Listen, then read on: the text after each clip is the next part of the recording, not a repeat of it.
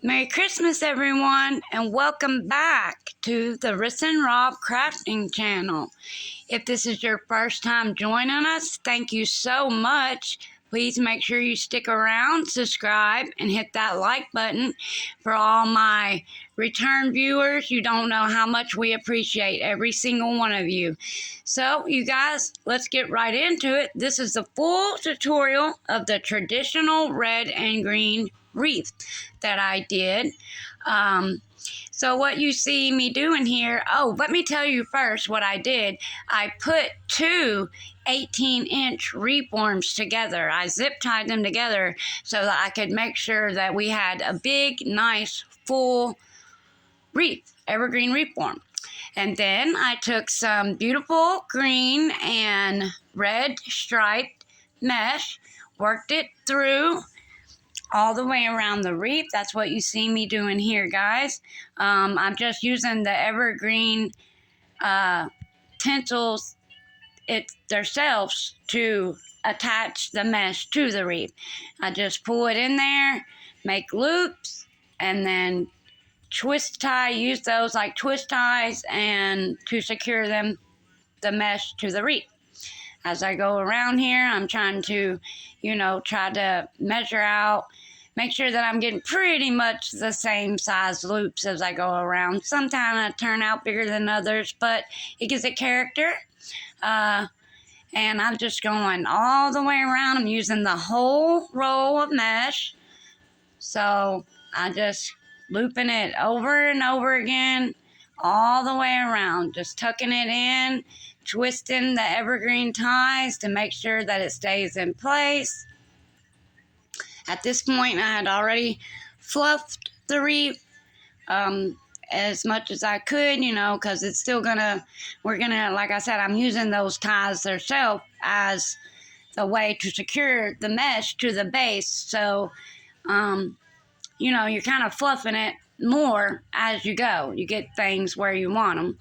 And that's what you see. I'm just continuing on, putting that mesh all the way around in different places. If I see an empty spot, I go straight for that spot. I want it to be full and pretty. So that's what I'm doing here. Sometimes you have to crisscross and go over a little bit, but that's okay.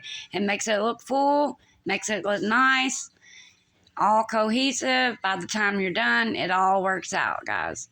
So you just keep going, keep going. We're getting to the end of the roll here, and we're just keeping on securing it, making our loops. Nice and neat there, tucking them in, twisting them. There we go, we're done with that part.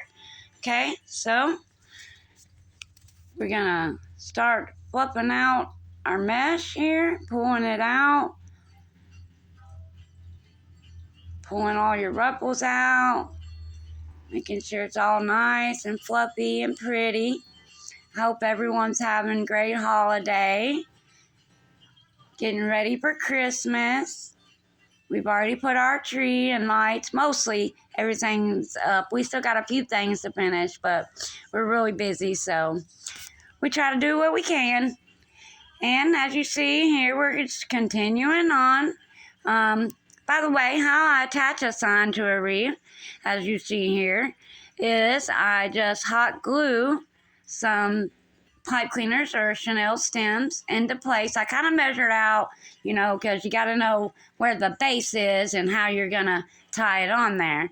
So I don't know if this is backwards, if I should have done this last, but I do it the way I feel like it needs to be done. So I attached the sign because I didn't want to put a whole bunch of ornaments on it first and then have to cover them up or move them once I put the sign on. So I kind of did that first. I have a couple of ornaments on there. I'm kind of figuring out my layout. Now that I got the sign on there, I can continue putting the ornaments. That way I don't have to worry about it later, and I know exactly where everything should go. So that's what I'm doing. I'm taking red, gold, and green Christmas ornaments and just placing them all around the wreath. wreath, tucking them in. Anytime I see a spot, I added a bow to the top. I think the bow matches the wood grain on the sign. I think all that kind of matched up. There's a little Christmas bow on top of the sign.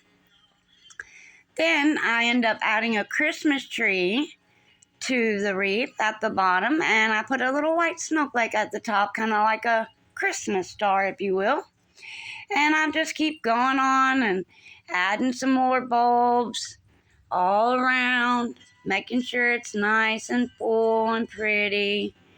And to me, this is just a traditional red, green, and gold wreath.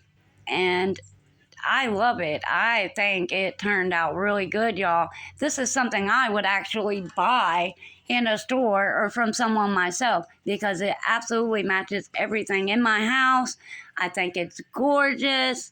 I ended up putting, as you'll see here in just a minute, I end up putting a string of red lights on it because I thought the red would go great with the green mesh.